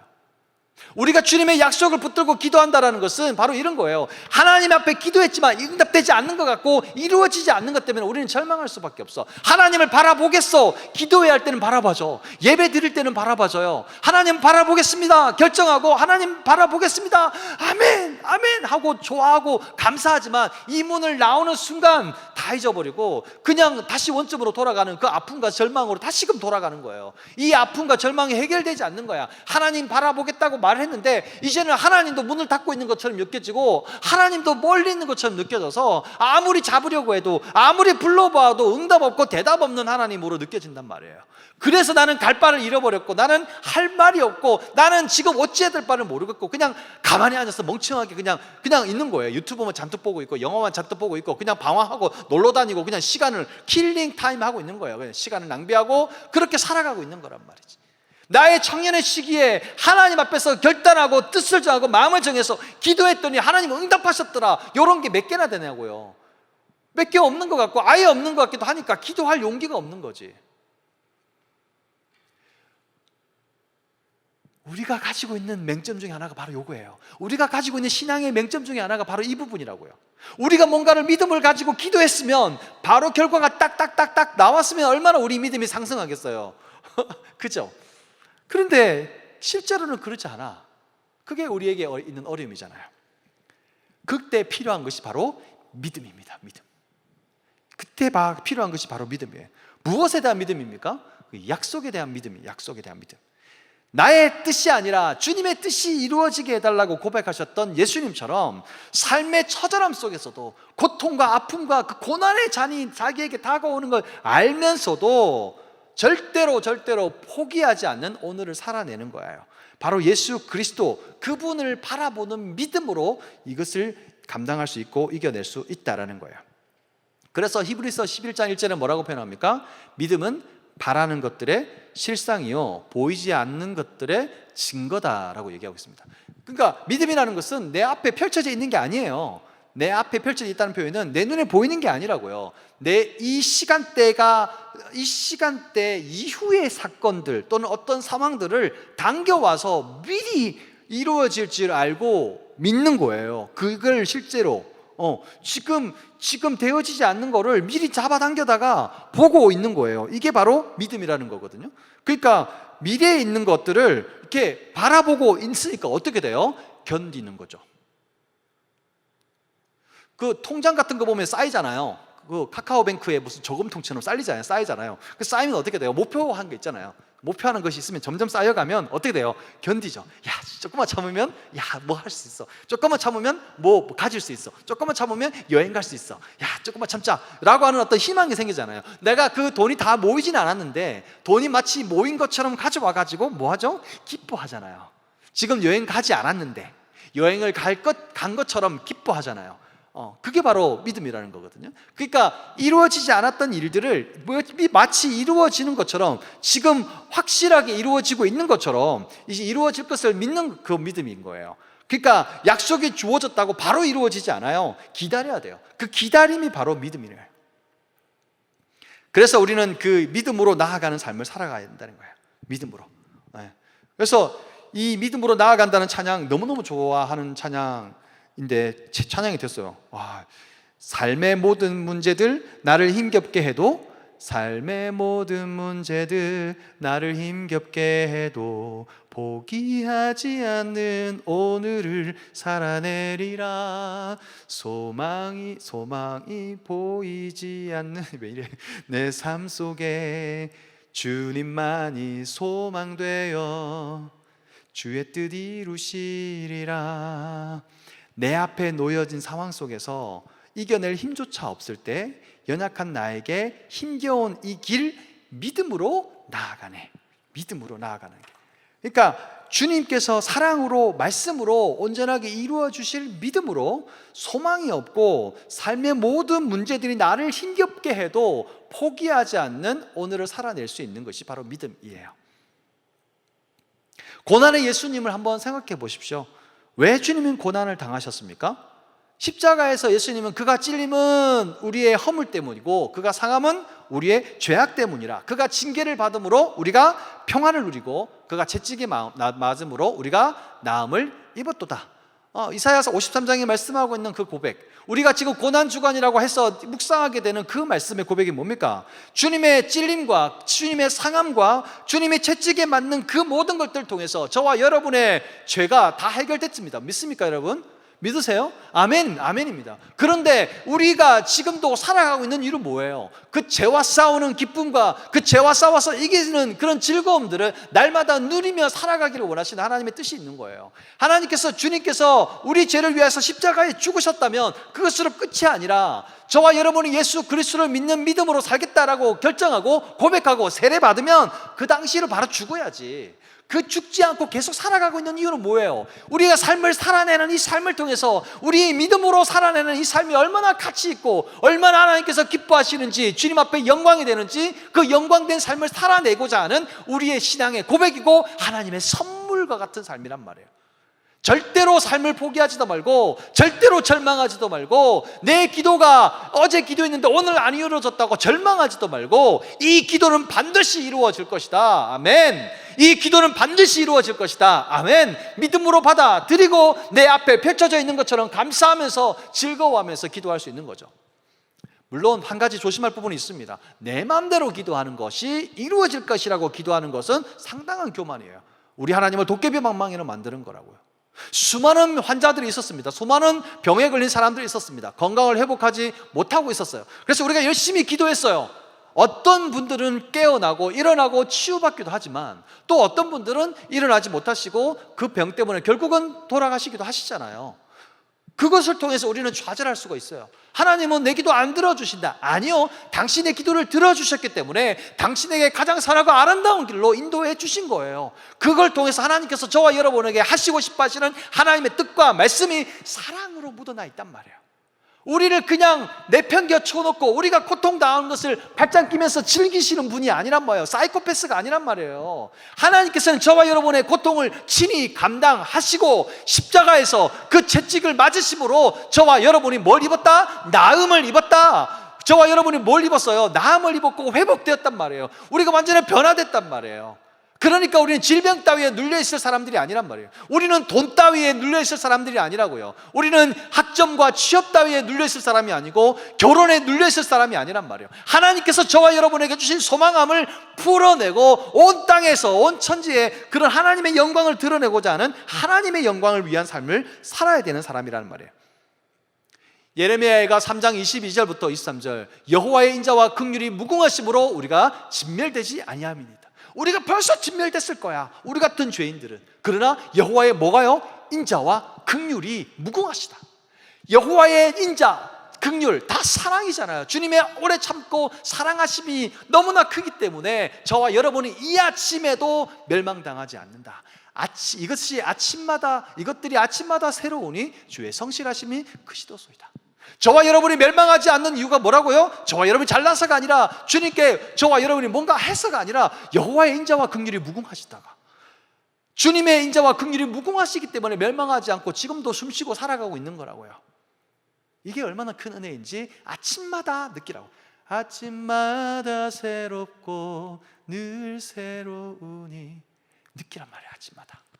그래서 범사에 감사란 말이 이 말이구나 라는 것이 뼈저리게 느껴질 거라고요.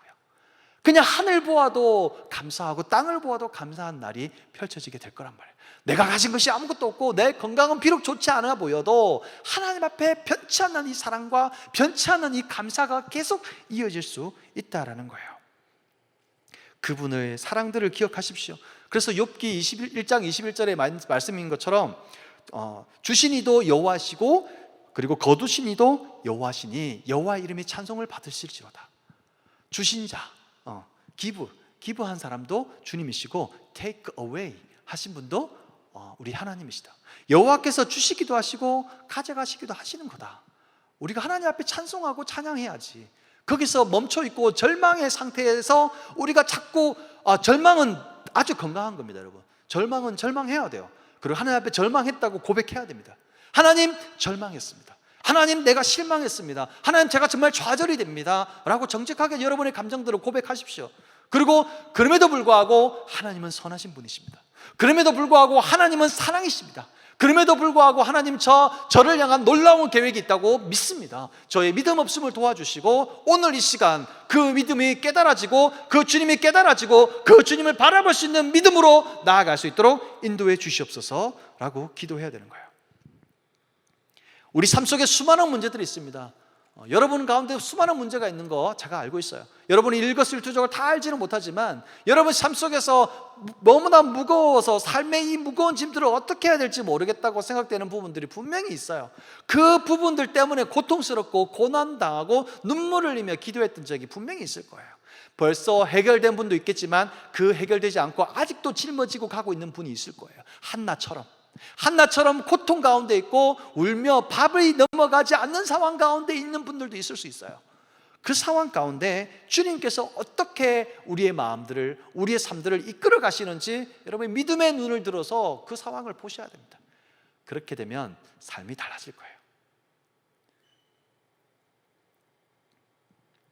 C.S. 루이스가 이런 말을 했다고 하던데요.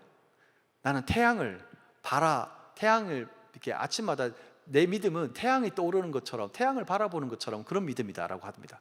왜냐하면 태양을 바라보기 때문에 내가 그렇게 된 게 아니라 태양이 모든 사물을 비춰주잖아요. 그래서 내가 태양 때문에 모든 것을 바라볼 수가 있기 때문에 그렇다라고 얘기를 하더라고요. 화장실 영성입니다. 네. 그런 게 있더라고요. 예? 너무 감동받았어요. 그게 믿음이라고 하더라고요. C.S. 루이스는 그렇게 생각하나 봐요.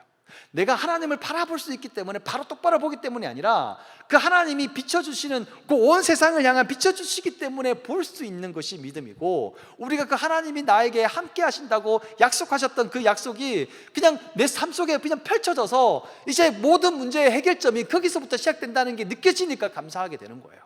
그러니까 우리는 너무 단편적으로 시야를 좁혀봐요. 그래서 이 문제 해결해주면 하나님 살아계신 거고 전능하신 건데, 이 문제 해결 안 해주면 하나님이 힘없고 나와 상관없는 분이로 그냥 정리를 해버린단 말이에요. 그러면 믿음이 아니고 아무것도 없어져. 그러지 말라고요. 이것은 나의 고민이고 나의 모든 그 생각들이잖아요. 그것들로부터 벗어나야지. 벗어나서 하나님께서 이 문제를 보시면, 전지전능하신 하나님께서 이 문제를 보실 때 어떤 걸 알고 계시고 어떤 일을 행하실까를 생각을 해보란 말이에요. 저와 여러분을 향한 계획은 항상 선하고 아름다우시다. 여러분 믿으십니까? God is good all the time. 항상 저와 여러분을 향한 하나님은 항상 선하시고 좋으신 분이다. 그 사실을 믿으셔야 돼요. 하나님께서 가장 좋은 길로 나를 인도하고 계신다. 아멘. 그 믿음으로 여러분 일어나셔야 됩니다. 지금 건강이 안 좋은 분들이 있어요. 정말 힘들어. 정말 힘들지만 그 가운데서 포기하지 않는 오늘을 살아내는 게 저와 여러분의 믿음의 고백이라고요. 정말로요. 그게 여러분의 고백이라야 돼요. 해결되지 않아요. 진짜 다리가 아프고 허리가 아프고 몸도 안 좋고 목도 안 좋고 머리도 아프고 지금 온통 아파요. 지금 돈이 필요한데 돈이 없어요. 지금 학점이 너무 바닥이에요. 취직을 어떻게 될지 모르겠어요. 아무리 내가 원하는 기업에 해봐도 안 돼요. 이런 일들을, 제목을 잔뜩 가지고 있잖아요. 우리가 말을 하지 않아서 그렇지. 그 많은 것들을 다 쏟아넣고 이것들대로 되고 해주세요 라고 하는 것들이 우리의 기도 제목이잖아요. 솔직한 마음이잖아. 근데 그것이 되지 않는다고 해서 하나님이 선하지 않는 건가? 아니요. 만일에 그것이 되고 났을 때 저와 여러분이 가지게 될 형편, 저와 여러분이 갖게 될 변화들을 한번 생각해 보십시오. 과연 그것이 참으로 하나님 원하시겠나라는 거예요. 여러분이 지금도 하나님을 찾고 있는데, 여러분에게 만일 여러분 스스로에게 한 100억씩 주어진다. 너무 적어요? 한 1000억씩 줄까? 그냥 쓰는 김에 한 1000억씩 다 준다고 생각해 봐봐. 그럼 여러분 인생이 완전히 펴지고 여러분 완전히 믿음의 반석 위에 든든하게 서갈 것 같고, 여러분은 부유한 부자인데 아주 믿음 좋은 부자처럼 살아갈 것 같죠? 집에 가서 곰곰이 생각해 봐요. 나에게 1000억이 생긴다면 나 당장 뭐 할까? 한번 적어봐. 뻔할걸요? 그걸로 여러분이 더 하나님 나라에 가까워지고 하나님을 만날 수 있을까요? 좁아봐요. 내가 한번 해볼게 라고 하는 사람이 있을 수 있겠지만 하나님은 아시겠죠? 저와 여러분 가운데 가장 필요한 게 뭐예요? 건강이요? 그 건강 지금 당장 고쳐주고 지금 당장 회복시켜 준다고 해서 여러분의 신앙이 더욱더 완전하게 진짜 하나님 앞에 나아갈까요? 과연 그럴까? 우리의 상황과 형편에 상관없이 우리는 이길 수 없는 상대, 이길 수 없는 환경 때문에 좌절하고 절망할 수 있어요. 그러나 그 상황들을 주님을 바라보므로 해결해야 돼. 아멘. 그것이 저와 여러분의 자세인 거예요. 그런데 우리가 하나님을 바라보겠다고 결정했는데도 뭔가 이루어지지 않고 뭔가 되지 않는 것 같은 상황 속에 빠져들잖아요. 그때는 어떻게 된다고요? 믿음을 가져야 돼요. 어떤 믿음? 주님은 나에게 선하신 분이고, 주님은 나를 사랑하시는 분이고, 주님 나를 향한 놀라운 계획을 가지고 계신 분이다. 그 주님만 바라보고 따라가면 반드시 주님의 약속의 말씀이 이루어질 것이다. 미래에 있는 것을 끄집어 당겨서 보는 거야. 그래서 우리 마음이 뜨거워지는 거야. 내일 죽어도, 우리가 망해도, 우리가 힘들어도 괴로워도 이 모든 것을 넉넉히 이기고도 남을 수 있는 강한 힘이 생긴단 말이에요. 그게 우리가 가지고 있는 믿음의 힘이라는 거예요. 지금 해결되지 않는 상황들 때문에 좌절하고 절망하시는 분들이 있다면 오늘 이번 주간에 여러분 주님의 그 사랑과 주님의 그 고통과 고통이 무엇인지 묵상해도 됩니다. 그리고 주님의 승리하심이 무엇인지를 좀 깨달았으면 좋겠어요. 주님이 이 땅에 오셔서 몇 년을 사셨어요? 33년? 30년? 그 사이에 사셨잖아요. 긴 세월을 살지 않으셨다고요. 오래 사는 것이 우리의 목적일 수 없어요. 주님은 건강하게 사셨나요? 주님은 부유하게 사셨나요?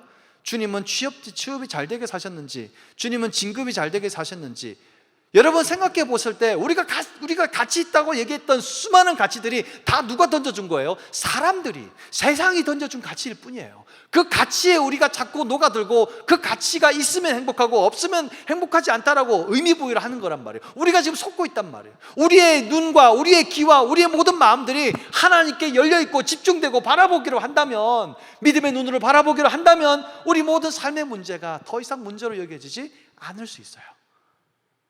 포기하지 않은 오늘을 살아낼 수 있게 되는 겁니다. 제가 그런 사람인 것처럼 보여요? 아니요. 저도 힘들어요. 저도 연약한 사람입니다. 그 길을 함께 걸어가라고 저와 여러분이 있는 거예요. 그래서 동역자라고 부르는 거죠. 공동체라고 부르는 거예요. 그 속에 여러분의 역할들을 하고 우리가 함께 이 고난과 어려움을 이겨내고 함께 하나님의 나라를 위해 그렇게 애써보자는 것이 바로 교회의 존재 목적 아니겠습니까? 오늘 이 살아가시는 저와 여러분에게 고난이 없을 수 없고 힘든 일이 없을 수 없고, 그래서 절망스러운 상황이 생길 수밖에 없을 수 있습니다. 절망이 일상이 되니까 이제 아예 패배자의 삶을 살아버리는 삶이 있을 수도 모르겠어요. 여러분, 그럼에도 불구하고 내 영혼아 어찌하여 낭망하며 내 속에서 불안하여 하는고, 너는 하나님을 바라라. 믿음의 주요 또 온전케 하시는 이인 예수님을 바라보자. 그는 그 앞에 있는 즐거움을 위하여 그 십자가를 참으셨으니, 그 십자가의 고통도 참으신 분이 그 안에 앞에 있는 즐거움, 우리 안에 펼쳐질 수많은 하나님의 영광, 그리고 우리가 기뻐하고 회복될 것을 바라보시는 그 주님의 그 바라봄이 있었단 말이에요. 믿음으로. 그 믿음으로 저와 여러분이 살아낼 수 있다면 저와 여러분이 있는 절망도 더 이상 절망이 되지 않을 것입니다. 코로나 시기에 우리 청년부가 할 수 있는 일이 없다고 너무나 좌절되고 힘듭니다. 맞아요. 할 수 있는 게 별로 없는 것 같아. 그럼에도 불구하고 분명히 할 길은 있습니다. 분명히 피할 길은 있고 분명히 할 수 있는 일이 있어요. 가장 쉬운 거 뭐예요? 성경 읽기. 이거로 다 하면 되잖아. 이것도 안 하잖아. 가장 쉬운 게 뭐예요? 매일 밤 11시에 건더기에 들어오시면 돼요. 건더기를 먹을 수 있어요. 네. 와, 이 시국에 민족과 열방을 붙들고 매일마다 기도하는 사람들이 있어? 라고 하는 자부심 생기지 않아요? 이 시기에 포기하지 않는 젊은이들이 있어. 와, 대단하지 않습니까? 사람을 핑계대지 말고 주님을 바라봄으로 믿음으로 나아가자고요. 저와 여러분에게 담겨져 있는 이 메시지, 오늘 이 시간에 가슴 속에 깊이 새기고 우리가 이 한 주간 또 남은 평생을 살아가시는 귀한 삶을 되시기를 주의 이름으로 축원합니다. 아멘. 우리 함께 찬양하고 기도하겠습니다.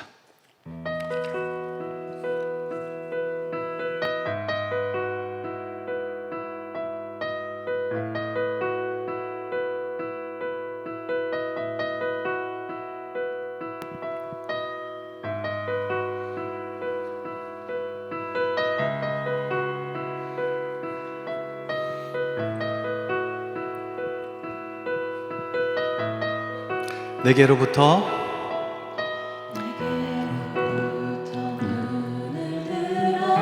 주를 보기 시작할 때 주의 일을 보겠네. 내 작은 마음 돌이키사 하늘에 꿈꾸게 하네. 주님을 볼 때 내게로부터 눈을 들어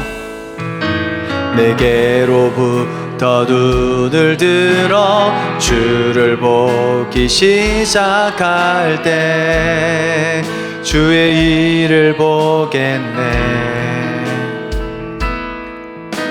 내 작은 마음 돌이키사 하늘에 꿈꾸게 하네.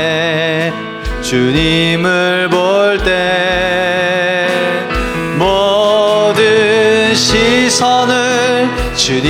주님께 드리고 살아계신 하나님을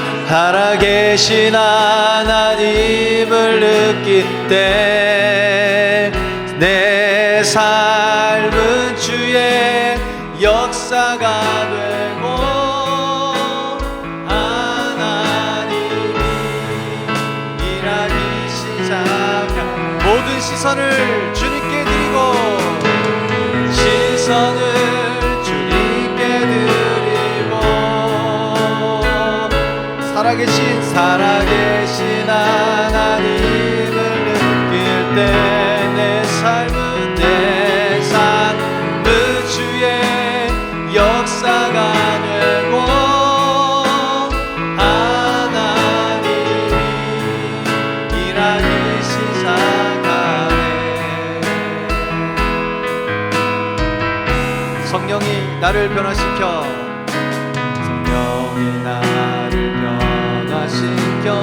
모든 두려움 사라질 때 주의 일을 보겠네. 황폐한 땅 한가운데서 주님만 알게 되리. 주님을 한 번 더 고백합시다. 성령이 나를 변화시켜 주님 나를 변화시켜 주시옵소서. 사라질 때 주의 일을 보겠네. 황폐한 땅 한가운데서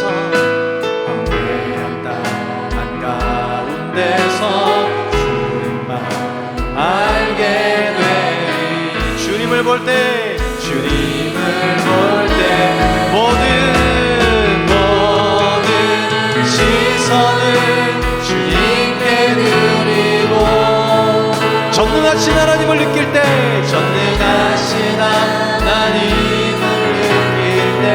세상은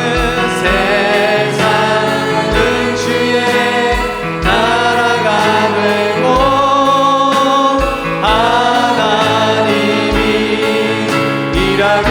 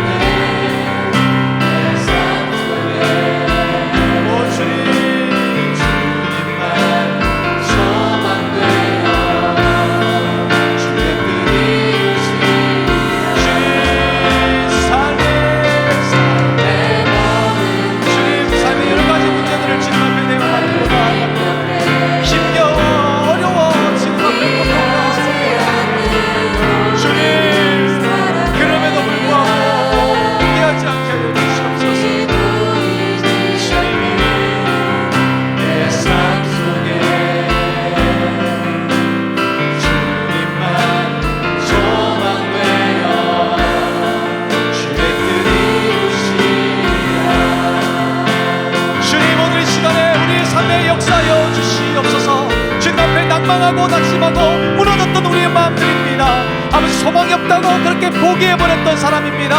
하나님을 원망하고 욕했던 마음들이 있었습니다. 주님을 탓했습니다. 우리의 삶을 고쳐 주시옵소서. 우리를 회복시켜 주시옵소서. 우리가 주의 이름 부르고 동서로 기도합니다. 주여, 아버지여, 아버지의 사랑을 일깨워 주시옵소서. 우리 안에 낭만되었던 모든 것들을 내려놓게 하여 주시옵소서. 우리 안에 잘못된 모든 생각들과 아버지 안에 우리 잘못된 모든 절망의 생각들이 주님 앞에 내려진 바 되게 하여 주시옵소서. 우리가 잘못된 길로 갔던 것들 고쳐 주시옵소서. 잘못된 생각들도 고쳐 주시옵소서. 잘못된 마음들도 고쳐 주시옵소서. 우리가 어디로 가야 할지, 무엇을 해야 할지 주의 말씀을 아버지 하나님 의지하고 나아가기를 원합니다. 아버지 하나님, 우리를 사랑하시네, 끝까지 사랑하시는 주님, 그 주님의 사랑하시네 나의 모든 것을 맡기고 주님 앞에 나아가고 싶습니다. 아버지 하나님, 주님의 그 사랑에 온전하게 나아가고 맡기고 싶습니다. 내 심령이 무너져버리고 내 마음이 무너져버리고 내가 깊은 절망의 수렁덩이에 빠져버리고 같은 고통과 아픔 가운데 있을지라도 나를 위하여 고난당하시고 십자가를 지시며 채찍에 맞으시는 주님, 그가 상함과 그가 그 가운데 징계를 받음과 그가 채찍에 맞음으로 그가 온전한 나음과 온전한 회복을 입게 된 줄로 믿습니다. 주여, 주여, 오늘 이 시간에 우리 사랑의 지체들 마음 가운데 찾아와 주셔서 주님 만져 주시옵소서. 만져 주시옵소서. 만져 주시옵소서. 소망이 없다고 얘기하는 세대를 향하여 아니다, 소망이 있다 얘기할 수 있게 하여 주시옵소서. 너는 이제 끝나버렸다 라고 얘기하는 세상을 향하여 아니다, 주님이 나와 함께 계신다, 아직도 나에게는 주님이 계시다 라고 생각하며 주님 앞에 믿음으로 일어날 수 있는 믿음의 청년들 되게 하여 주시옵소서. 모두가 끝이라고 얘기하고 모두가 가망이 없다고 소망이 없다고 얘기하는 그 시간에 주님 앞에 소망을 두고 일어날 수 있게 하여 주시옵소서. 우리가 믿음으로 두 손을 높이 듭니다. 우리가 믿음으로 주님 앞에 주의 이름을 부릅니다. 주여 역사하여 주시옵소서. 주님 역사하여 주시옵소서. 주님 일하시고 주님 행하시는 것을 우리 몸으로 우리 마음으로 우리 삶으로 느끼게 하여 주시옵소서. 포기하지 않는 주님의 향한 뜻도 믿음의 산단 매일매일의 삶을 살아내게 하여 주시옵소서. 오 주님 역사하여 주시옵소서. 삶의 모든 문제들 주님 나를 힘겹게 주님 앞에 포기하지 않는 오늘을 살아내리라. 소망이 보이지 않는 내 삶 속에 주님만 소망되어 주의 뜻이 이루시는 삶의 모든 문제들 나를 힘겹게 해도 나를 힘겹게 포기하지 않는 믿음으로 선포하십시오 여러분. 않는 오늘을 살아내리라. 아멘. 소망이 보이지 않는 내 삶 속에 주님만 소망되어 주의 뜻 여러분 믿음으로 선포하십시다. 삶의 모든 문제 삶의 모든 문제들 나를 힘겹게 주님이여 더 이상 포기하지 않는 오늘을 살아내리라. 보이지 않는 내 삶 속에 주님만이 소망 되신다고 고백합니다.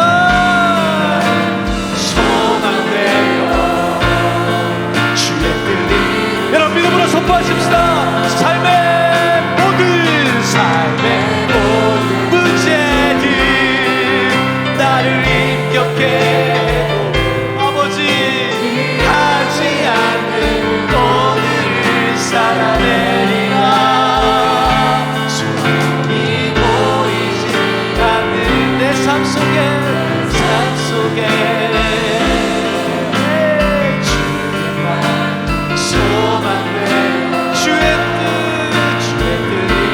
목소리 높여서 삶의 모든 문제 아멘 나를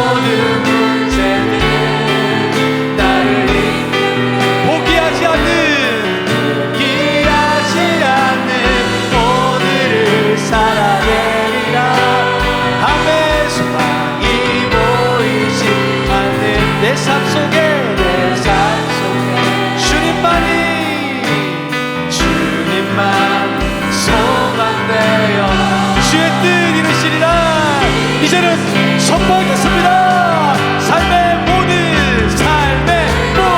문제들 더 이상 나는 이제부터 하지 않는 오늘을 살아내겠습니다. 아멘. 소망이 보이지 않는 내 삶 속에 주님만이 소망됩니다. 주님만 소망되어 주의 뜻 이루신 모든 이름 위에